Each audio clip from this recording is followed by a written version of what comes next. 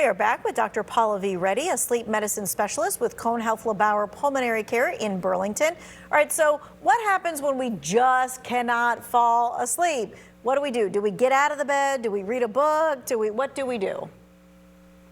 Well, if you're lying awake for more than 20 minutes or so, get out of bed and do something relaxing in dim light. Usually after 6 p.m., we say dim the lights in your house. Avoid staying in bed frustrated because we don't want to associate your bed with the anxiety of not sleeping. And then return to bed when you feel sleepy. Okay, so tossing and turning and looking at the hour every like 15 to 20 minutes, not good. Actually get up out of the bed. What about some sleep medications? Lots of people use a sleep aid, whether those are an over-the-counter sleep aid or one that they consider natural, like melatonin. Well, melatonin can be helpful for certain situations, especially with circadian rhythm issues like jet lag or time change, but it's not a traditional sleeping pill. Lower doses are usually sufficient, like between 1 and 5 milligrams, I would say. Okay, and so if we're going to take something over the counter, is there something that we should be aware of there? We don't generally recommend taking Benadryl or, Tylenol PM, which contains Benadryl long term, because it can be linked to memory concern long term.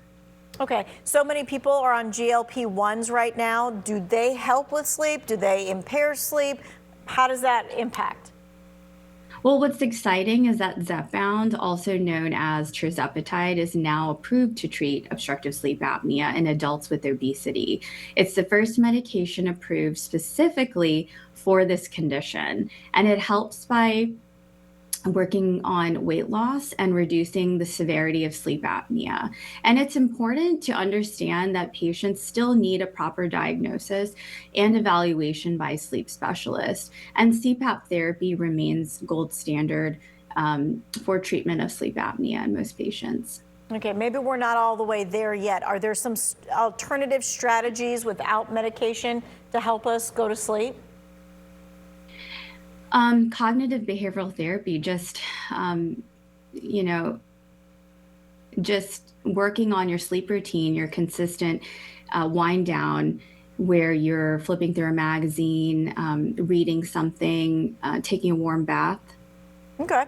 At what point should someone consider seeing a sleep specialist or having a sleep study? And I guess you can't just jump into that. You probably should start with your primary.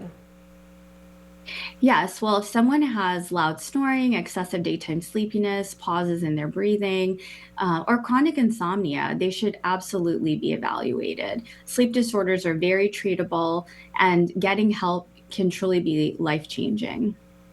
Okay, gotcha. And then, so talk to your primary care doctor, though, first. I mean, I think a lot of times we go and we think about our cholesterol and that kind of stuff. We just don't even bother saying, hey, I'm not sleeping good. Absolutely. I urge everyone to discuss their sleep concerns with their primary care doctor so you can get evaluated and treated adequately. All right, what about people who work like all kinds of weird shifts or a night shift? Any advice for maintaining a consistent and healthy sleep pattern for those folks? Of course, they should protect their sleep by keeping a consistent schedule, using blackout curtains and creating a dark, quiet sleep environment. Sleep should be treated as a priority. Self-care for sure. All right, so how does anxiety figure into sleep?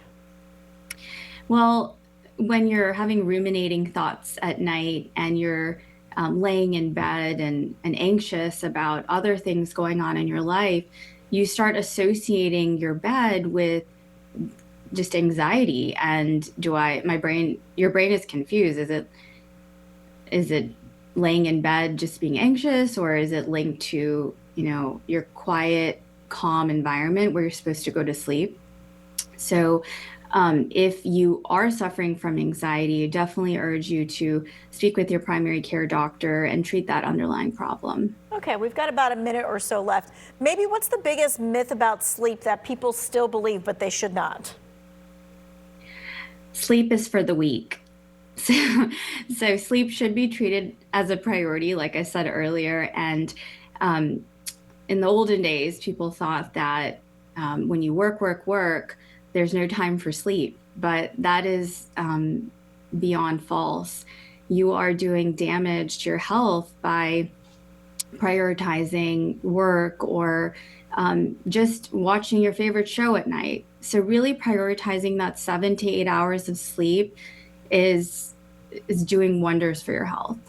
Okay, well, thank you so much for your time and your expertise, and that recommendation that we should all be going to bed about 15 minutes earlier every single night this week because of daylight saving time, which is this weekend.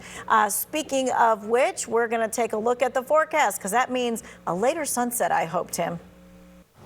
It will be, yes, Tanya, 7:20 to be specific.